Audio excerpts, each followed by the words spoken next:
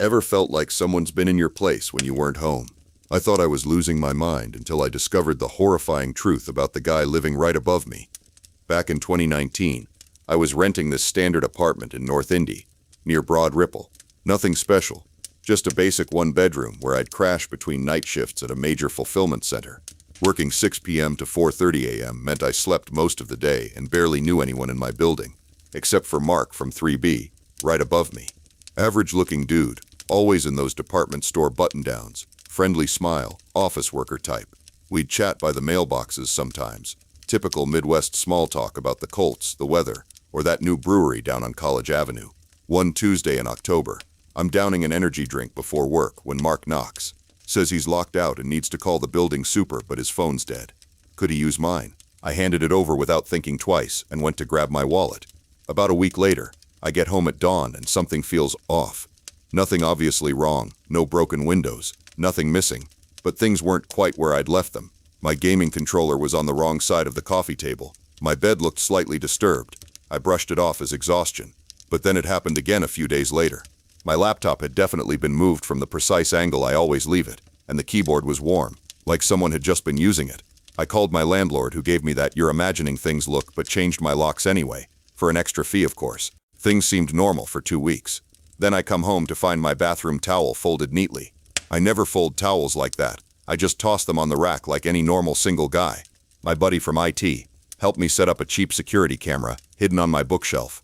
3 days later, while at work, I get a notification. The footage shows Mark in my apartment, wearing latex gloves, using a key to get in. He goes straight to my bedroom, out of the camera's view. I called 911 immediately. The responding officers took it seriously once they saw the video. Turns out, Mark had somehow copied my key that first day when he borrowed my phone. In his apartment, they found a box under his bed with stuff from my place. A hoodie I thought I'd lost, some mail, even hair from my brush, and a flash drive with hundreds of photos of me sleeping, eating, on my computer. Some taken through my window, others clearly from inside my apartment while I was gone. The detective told me I wasn't his first. They found similar collections for 3 other residents. He'd been doing this for years. Mark got sentenced to 4 years but served only 28 months due to pandemic-related early releases. I moved immediately, not even caring about my security deposit. Found a garden apartment in Fountain Square with a doorman and proper security. I thought it was over until last month. A plain package by my door, no shipping label. Inside was my old keychain from that apartment, the one I'd thrown away, and a note, "Miss you, neighbor." Police said there wasn't much they could do without proof of who left it, so I've moved again. Different state entirely, new phone number, minimal online presence. But sometimes when I come home, I still check if everything's exactly where I left it, and sometimes I swear things have moved, just a little bit. You know what's worse than discovering your partner's cheating? Finding out they've been setting you up to take the fall. By the time I realized what was happening, I'd already lost everything. But sometimes karma needs a little push. I graduated from UCF back in 2021 with my computer science degree and landed this sweet job at a tech startup in Orlando. Decent money, chill environment, free snacks, the whole deal. My girlfriend Amber and I had been together since sophomore year, and we'd just moved into this one-bedroom apartment near Lake Eola. Everything was going great until this new guy started at work, Derek. Mid-30s, drives a BMW he definitely can't afford, always talking about CrossFit and crypto. From day one, he had it out for me. I'd suggest something in a meeting, he'd shoot it down. Our boss would compliment my code, Derek would find some tiny issue with it. Classic workplace bully stuff. I tried to be professional, kill him with kindness, you know, but nothing worked.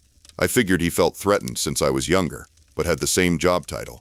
Whatever, I just focused on my work. Then came this huge project for a major client. We were pulling late nights, and one evening I left my laptop open while grabbing coffee from the break room. When I came back, Derek was standing near my desk but walked away quickly. Didn't think much of it at the time. That night, Amber was waiting up for me, looking like she'd been crying. She showed me her phone, a string of messages from my number, explicit stuff about some coworker, talking about hooking up after work. I was completely blindsided. These weren't just generic sexts. They referenced specific things about our relationship, things only I would know. I swore I didn't send them. She didn't believe me. We fought all night, and she slept on the couch. Next morning was worse. Got called into HR as soon as I arrived. 3 female coworkers had received inappropriate messages from my number. Sexual harassment. Clear as day. I tried explaining I didn't send them, but they had screenshots. The messages even referenced conversations we'd had in person, like whoever sent them had been listening to us. I was fired that day. Security walked me out like I was a criminal. I called my cell provider. The messages were definitely sent from my number, not a spoof. That's when it clicked. Derek at my computer. I'd had my phone synced to iMessage on my MacBook.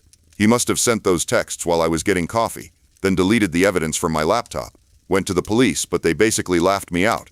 No proof, just my word against the evidence. My company's IT policy meant they'd already wiped my work laptop. Derek denied everything, and the company wanted the whole thing to disappear. Within a week, Amber moved out. My landlord, coincidentally, decided not to renew my lease. Former coworkers blocked me on social media. 4 years of building my reputation, gone. I tried applying elsewhere, but Orlando's tech scene is tiny. Word had spread. No callbacks, even for jobs I was overqualified for. 2 months of unemployment later, I was crashing on my buddy's couch, burning through savings, when I saw Derek's name on a tech blog. He'd been promoted to lead developer. Something in me snapped. I hadn't spent 4 years learning cybersecurity to let this slide. I created a burner email and started digging. LinkedIn, Facebook, Twitter, GitHub, anything public about Derek. Found out he'd worked at 3 companies in 5 years, unusual turnover for our industry. Reached out to someone from his previous job using a fake profile. Just asked innocently if they knew Derek. Said I was considering hiring him. They were hesitant. Mentioned personality conflicts. I pushed a little, and they admitted there had been complaints but wouldn't elaborate. That was enough to keep digging. Found his GitHub repositories, including private ones he'd accidentally made public. And there it was, a simple script that could access iMessage databases and send texts that wouldn't appear in the sender's message history.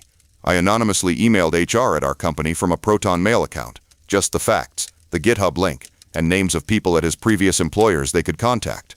3 weeks later, I heard through my old lunch buddy that Derek had been fired. Turned out I wasn't his first victim. He'd pulled similar stunts at previous jobs, targeting people he saw as competition. My old boss called personally to apologize. Offered my job back with a raise. I declined. Had already accepted a better position at a competitor who'd reached out after hearing what happened. Amber texted, asking to talk. I blocked her number. Sometimes I feel bad about what happened to Derek. He lost his job, his reputation. But then I remember sitting in that HR office, watching my career implode for something I didn't do. Last I heard, Derek's working retail now. Karma's a bitch, but sometimes she needs receipts. They say living well is the best revenge. I disagree. The best revenge is making someone experience exactly what they put you through, even if you have to bend reality a little to make it happen. I dated Alexis for almost 3 years. Met at a music festival in Grant Park back in 2018. She was brilliant, captivating, worked at a downtown Chicago marketing agency. We moved in together after a year in a cozy Wicker Park apartment. Adopted this cranky rescue cat named Bowie. And I started browsing engagement rings. Things started shifting last summer. The classic warning signs appeared. Suddenly guarding her phone. Vague explanations about her whereabouts. Constantly texting but tilting the screen away when I'd walk by. I tried ignoring these red flags because I trusted her.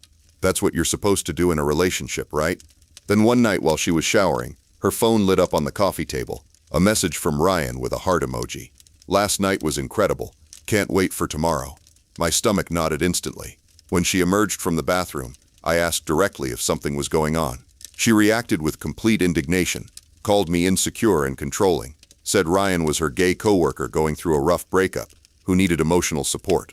She twisted everything around until I felt guilty for even questioning her. I apologized. Actually apologized for suspecting her of exactly what she was doing. A week later, she left her laptop open while making breakfast. Her social media messages were visible on screen.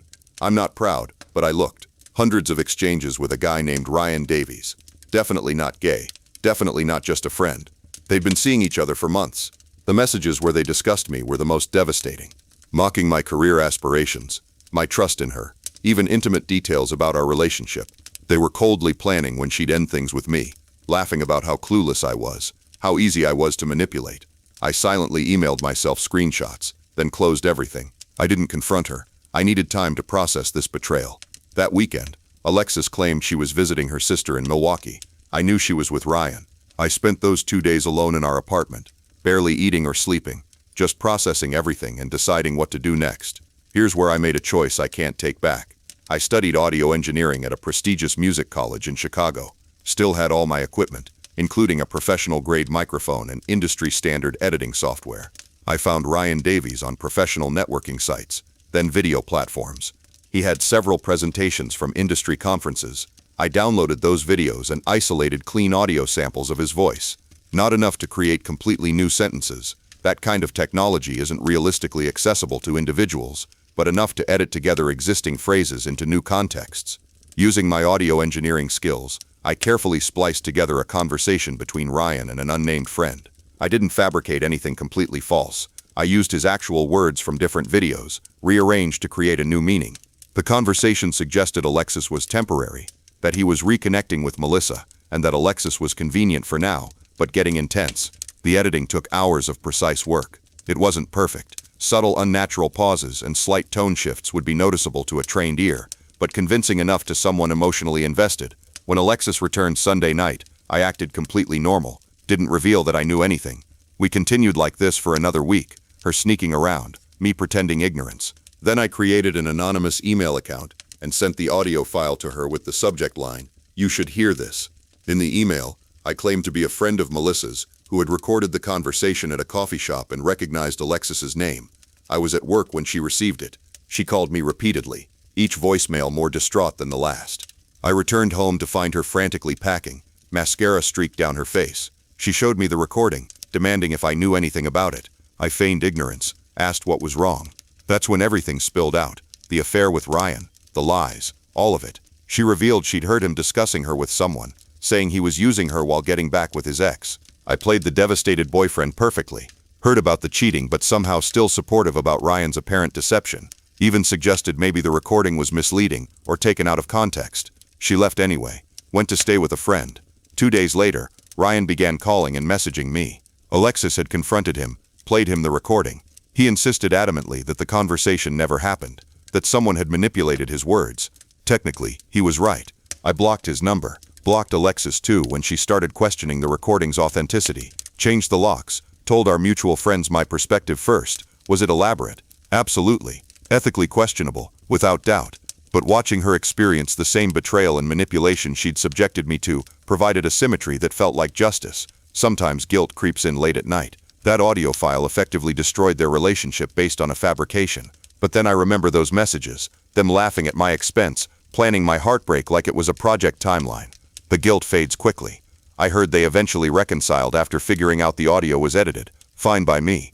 The seed of doubt I planted will germinate every time they argue, every unexplained absence, every text message received when the other isn't looking. That's a more fitting punishment than anything I could have planned.